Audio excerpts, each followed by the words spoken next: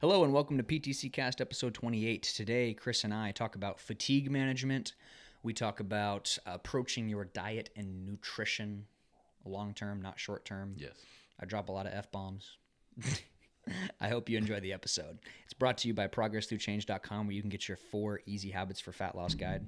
And that is a PDF download that takes about 10 to 15 seconds to get. It's about 15 pages, and it will give you everything you need to know to accomplish your own body transformation and, more importantly, to maintain that body transformation.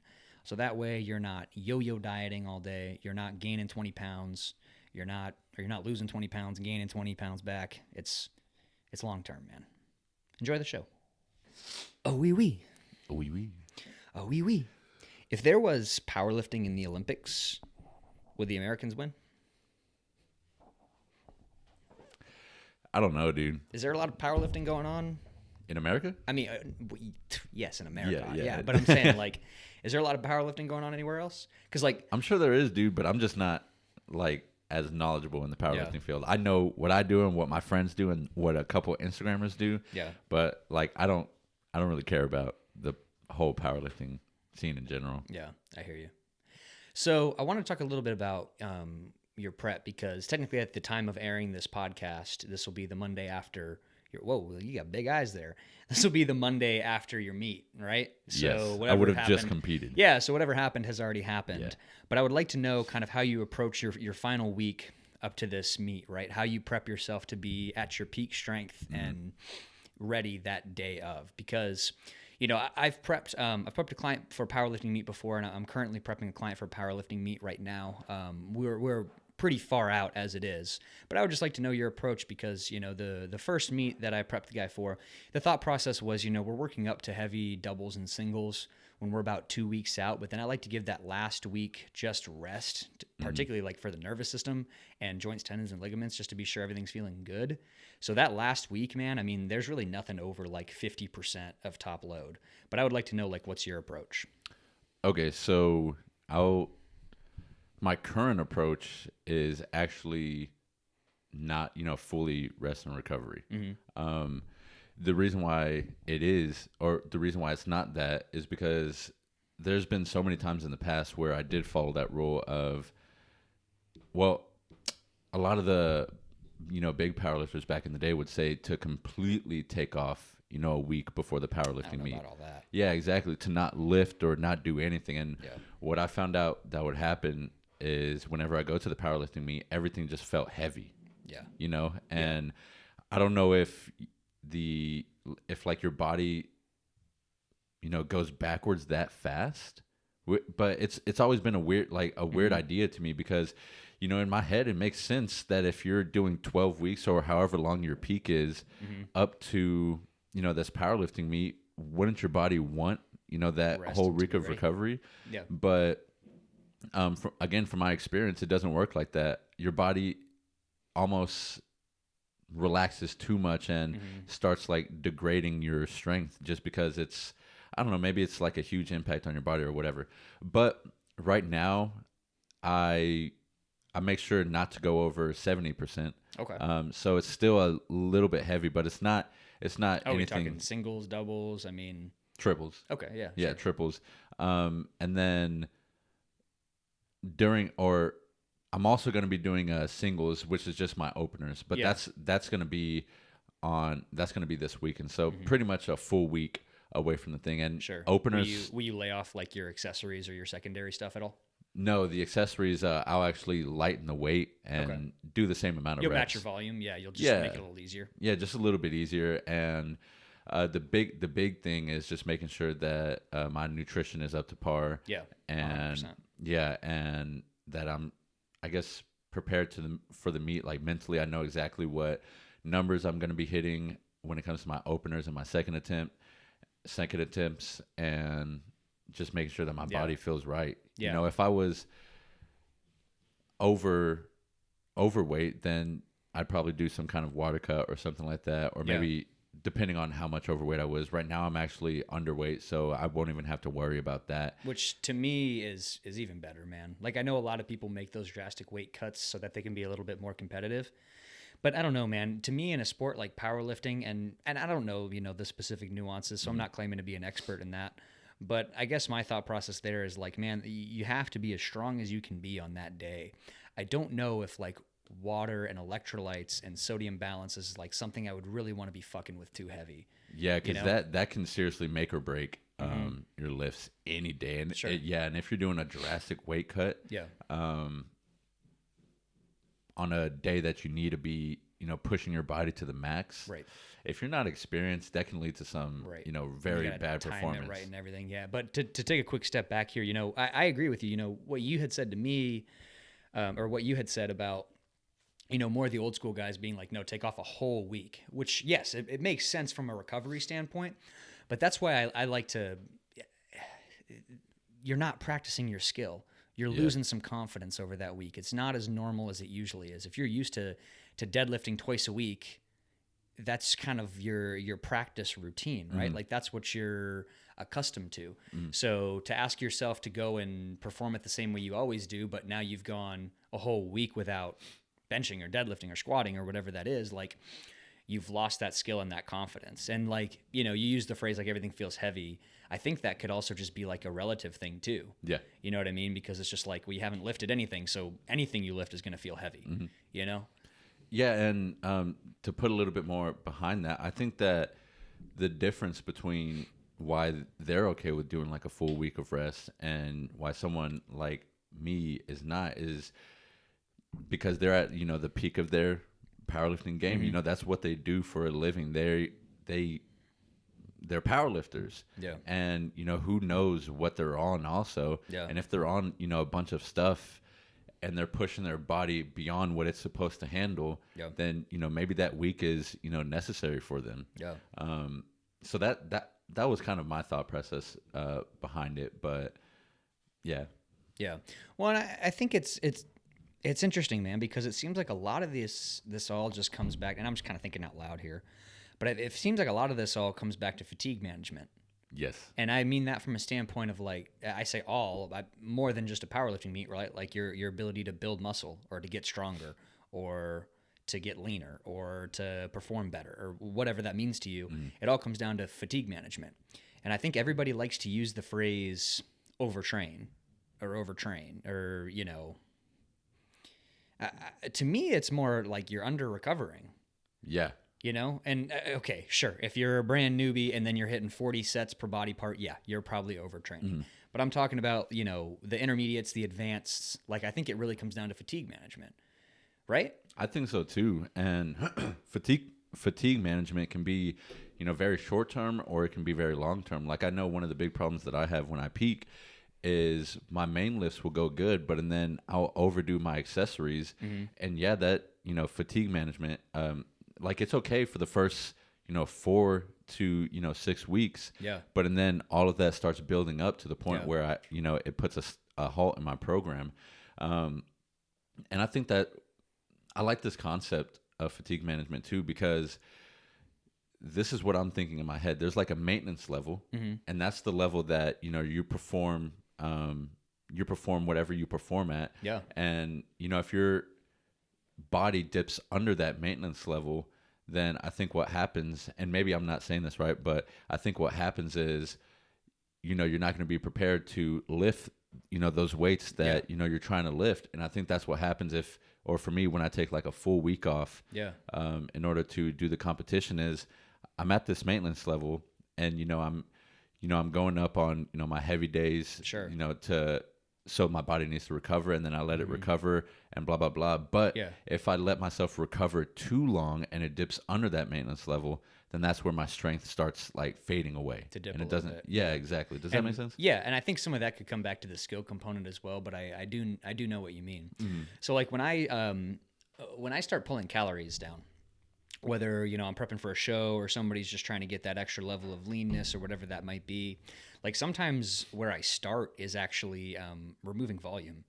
So like let's say I usually do 10 sets of chest, right? And I'm used to 3,000 calories a day.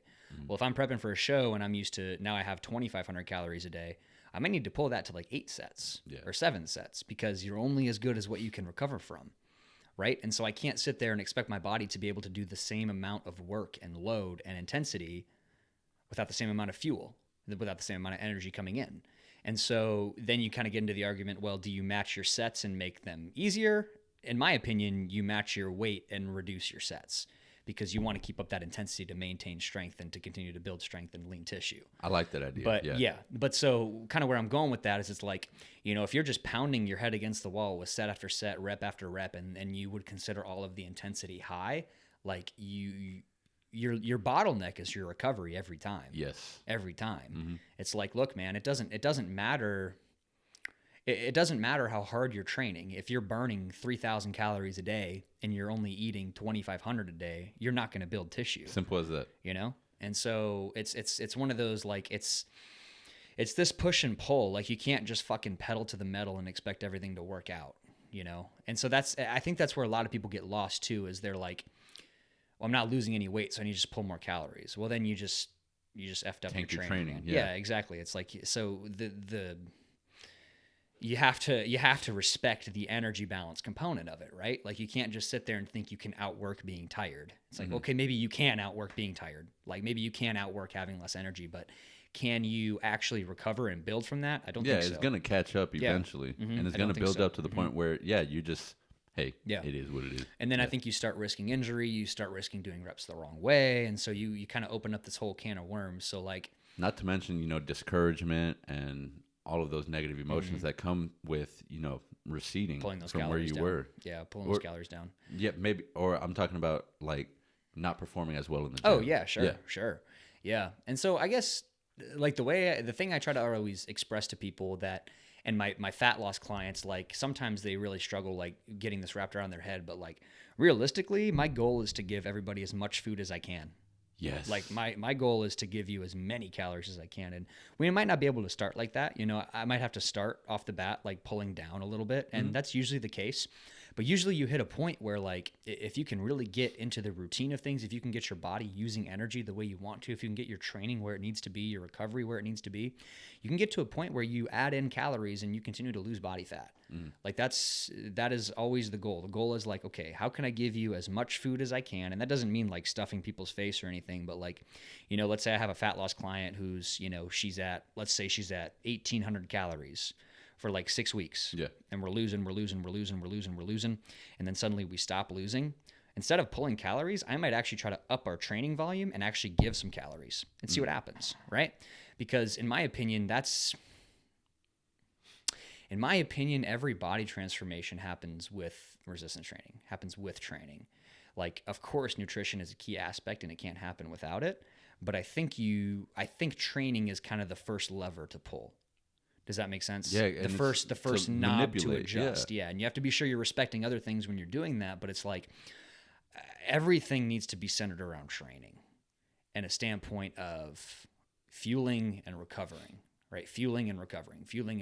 So that way next week you can do a little bit more. You can do a little bit more. You can do a little bit more. More meaning, maybe extra weight or an extra rep here and there, not necessarily like another set, But so I think that's the big thing, is you kind of have to respect that energy balance, because it's like, okay, if I can, bring her up to, what did I just say, 1,800 to 1,900 or whatever. If I could bump up. Yeah, if I could bring her up, but then I'm adding, maybe let's say I add like an intensity drop set on leg press to burn a ton of calories, and then maybe a couple of sled pushes at the end to burn some calories too. Like, that's even better. Yeah. Right? Because then she doesn't feel deprived, then she feels stronger, and then suddenly we've lost some fat too. Yeah, and she's still going to be in that deficit because of those things that you added in. Yeah. Yep. 100%. Yeah. And so that can be like a scary thing, especially for someone who's trying to lose fat and has done well on the 1,800 or 1,700, whatever that first number was. Yeah. And then it's like, they think, oh, wait, you want to add more? Well, I'm not losing on this. Why would I lose on more? And it's like, well, if you just trust the process a little bit, we'll get there. But it can be scary. It can be scary. When I lost all my weight and you were telling me to add more calories into my diet, I was like, there's no fucking way. Like, can't. Yeah, you get scared of it. Yeah. Yeah. I was like, no, this has been working. Like, this is just randomly stopped. I don't know why it's not working, but adding calories, that doesn't make any sense. And I think I went a full month not listening to you until finally I started gaining weight. Yeah. By the way, I was eating 700 calories. Yeah, 700 while still trying to maintain the type of training that I was doing. And yeah, as soon as I added more calories, I don't remember how much I added. I think we bumped it up to like 2,500 calories, like a ridiculous amount. Yeah. Or a ridiculous amount for, starting at, 700. Yeah. I started losing weight, which was a Yeah. mind-blowing thing to me. So that's just proof in the pudding right there. 100%. You have to look at it as fuel, man. You have to look at it as like it's your driving force, It's like, and you have to, if you can respect that and then translate that into your training, like it really pays off. It really pays off. And so it's an interesting game to be played because we're so taught that like, it's just energy balance. So you would just pull more calories or you would just move more. And it's like, well, it's not at its core. Yeah, it's that simple, but I'm not sure the application is that simple. The application is something that takes a little bit more practice and tweaking, right? And so it's always funny when someone's like stuck in their weight loss, and I'm like, no, let's try to get some more food, and then suddenly, boom, they lose more. Right now I'm online coaching the manager up at Anytime. Okay. And so I've just been trying to help her out a little bit. She's getting married. And, she wants to look a certain way in her wedding dress, and that's awesome.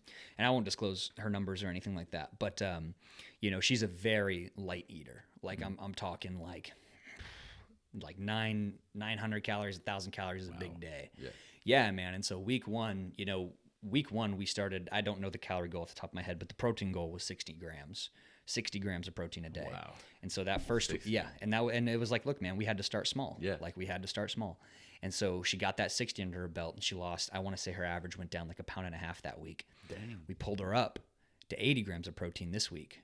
Her average is going to be down another 1.5 pounds this week, man. Yeah. And so it's like, as we start to introduce this thing as fuel so we can recover and so we can do more. And so it's like you got to, I don't know what a good example is, like off the top of the head. Like, I don't know if like you want to actually use the example of like adding fuel to a fire and then the fire grows bigger and so you burn more. I don't know, I don't know. But it is funny that we're just so ingrained in that like more calories are a bad thing. It's like, well, man, like if you can maintain the same sources you've been using that your body agrees with and foods that aren't BS, I think you can really do yourself some good by adding some calories in. And it's scary. Like, I have so many people, like I have a lot of fat loss clients that, man, I have to give them like a month's notice. Yeah.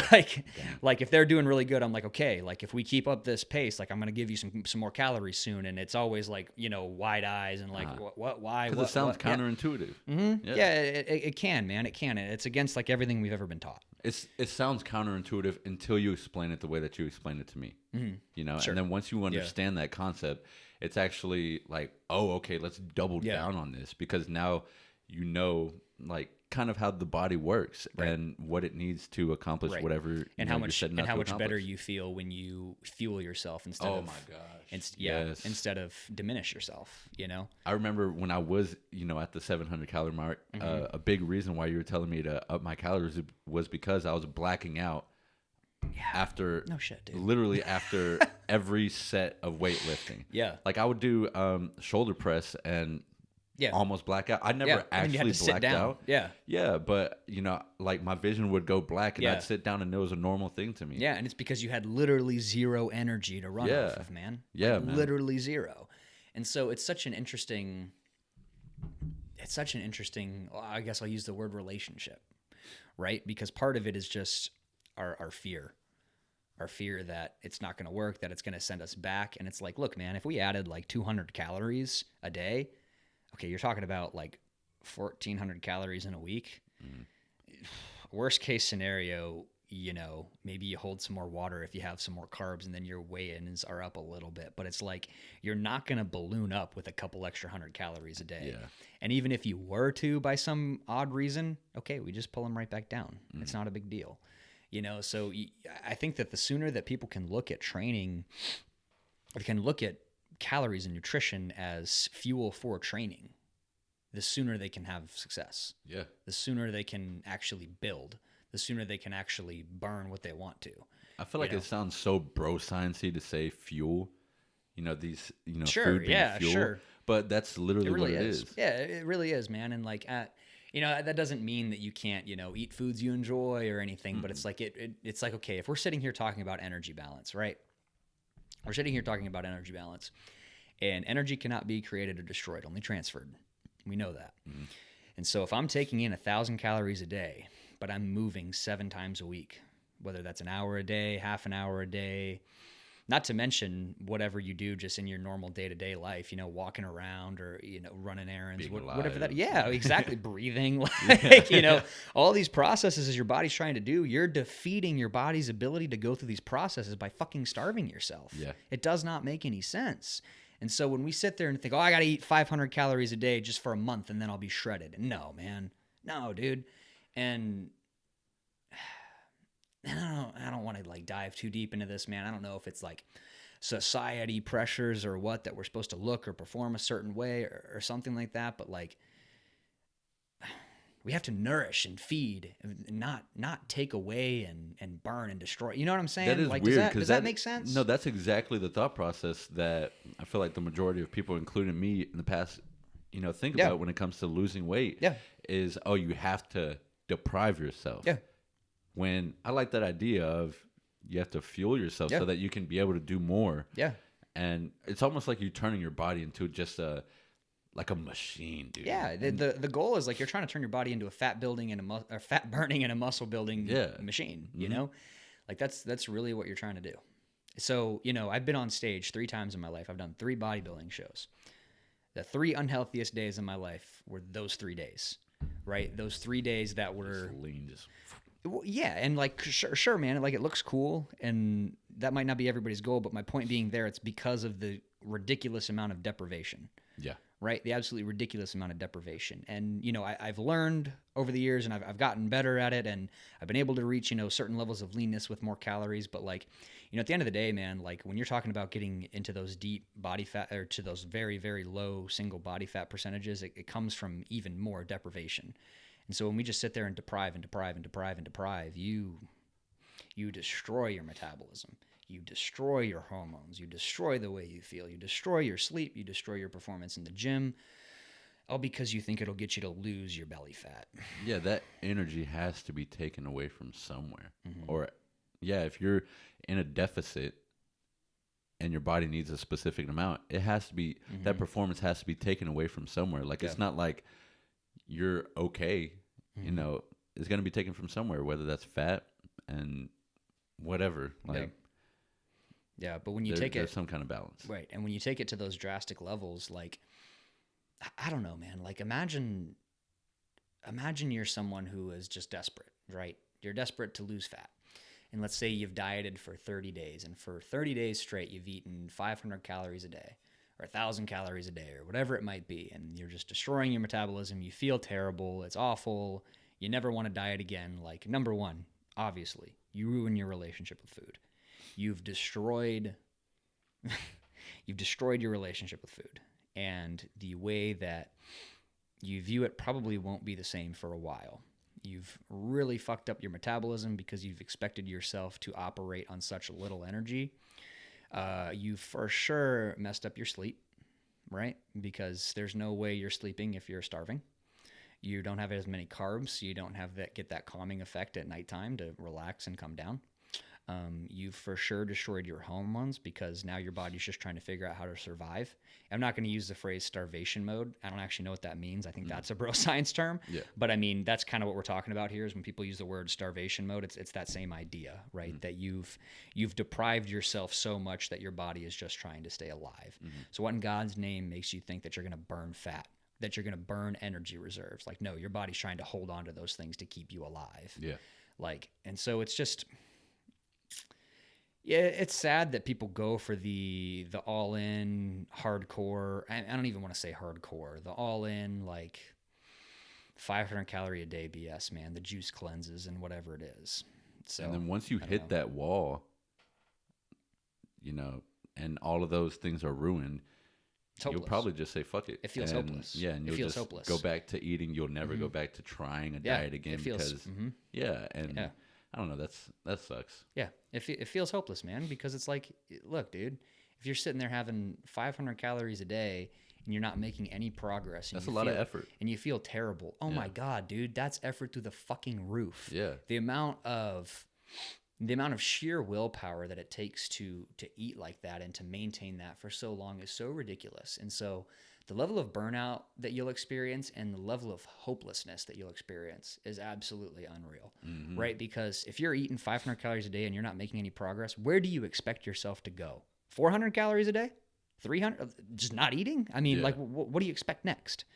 So I don't know, man. It's like we have to take this from an approach of small changes over time, because otherwise we're just gonna starve ourselves. We're just gonna destroy ourselves, and that's not what this is about. Because I think in the short term, it's very easy to get, quick results. But then, what happens when the weeks stack up and the months stack up? You're exactly right. Yeah, and you're exactly right. Yeah, and it all disappears. You're like, exactly right. Well, shit. What do I do now? You're exactly right, and that's kind of my beef with some of these like 30-day challenges or whatever it may be. Is it's like, for certain individuals that maybe are already at a healthy body fat, like that might help. Like that might help you get to like that level of leanness you want, and then maybe you can figure out some strategies later to maintain that.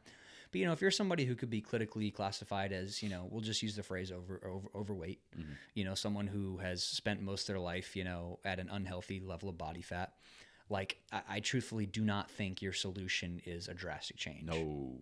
I don't, man. Like I think it's going to be gradual over time, and you're going to slip up, and that's okay. Like the problem with those drastic changes, especially if you have been, overweight for that long, and that's now the solution. Well, what happens when it does need to be long term? Is that going to be your solution long term? It can't be. These fad diets, these juice cleanses, all of that. Be. And that's the only solution that Well, you're going to be confused as to what the hell to do now. Yeah. Do I have to be drinking juices for the rest of my life? Yeah. Do I have to do this and that for the rest of my life? And how funny is it that it's what people always revert back to? Like, oh, I did this 30-day juice cleanse, and I lost 25 pounds. But since then I've gained about 30 to 35. So I think I'll try the juice. I'm gonna do the juice cleanse again because I know my body. I know that works for me. Yeah. It didn't fucking work for you. You gained all the weight back. Like it did. I don't know, man. Like it's just quick evidence. And simple, easy to follow. Yeah. But then it's not really a long term thing. You can't do it forever. And so for the people that are at the intermediate level, the advanced level, that whatever, need to get that extra body fat down or doing a bodybuilding show, whatever it might be, like, yeah, okay, you might have to take some drastic measures. But that's short term. Yeah, it is, man. And like one of my favorite things to ask my clients is, do you feel deprived? Do you feel like you are starving? Do you feel hungry? Because the answer is almost always no. And if the answer is yes, I'm fucking up. That's my fault, because I have tried to take too big of a step, or I have tried to be a little bit too aggressive. And look, man, like, sure, there might be a little bit of discomfort. Like you might be a little hungry here or there, but like if you can describe yourself as starving and there's no time frame to your approach, there's no step on stage, there's no competition, there's anything like that. If you can say, I'm dieting for health reasons and I'm starving, you are not dieting for health reasons. You are not. And if you are missing the mark by a fucking mile. A lot of F-bombs today.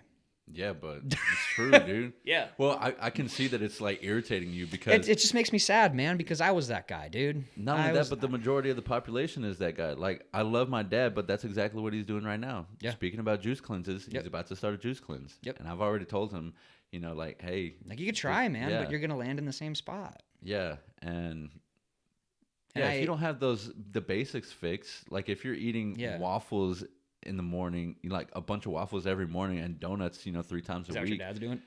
Unfortunately, yeah. Okay, dude. Man. And so it's ordering pizza, like, hey, what do you think is gonna happen? Yeah, and I don't know, man. You have to fix those things up. Yeah, and it's like, wouldn't it be simpler to just, instead of having 3 waffles every morning, just start with having 2? Yeah. Like, instead of drinking 5 cups of coffee, start with drinking 3.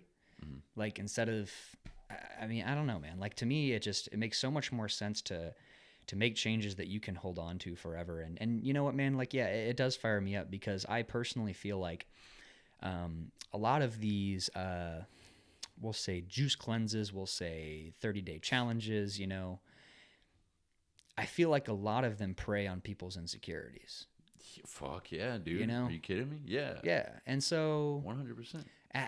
As being someone who spent so much of their life with that insecurity, and you know what, man, like to this day, like I still do. Like if I'm deep in an off season, like I feel fat. We're all our own biggest critic. And so I'll be honest right there. But like, to me, like it really disgusts me that people, whether it's Instagram influencers, whether it's, some coaching company trying to get a ton of social media clicks. I don't know. Whatever it is, like it's preying on insecurities. That's what pisses me off the most are the people who know what's right and they promote what's wrong. Mm-hmm. Like, Yep. Yeah. Let's put a lid on it there. Let's call it there. Cool. Thank you all for listening. Yeah. Bye-bye. Bye. Bye-bye.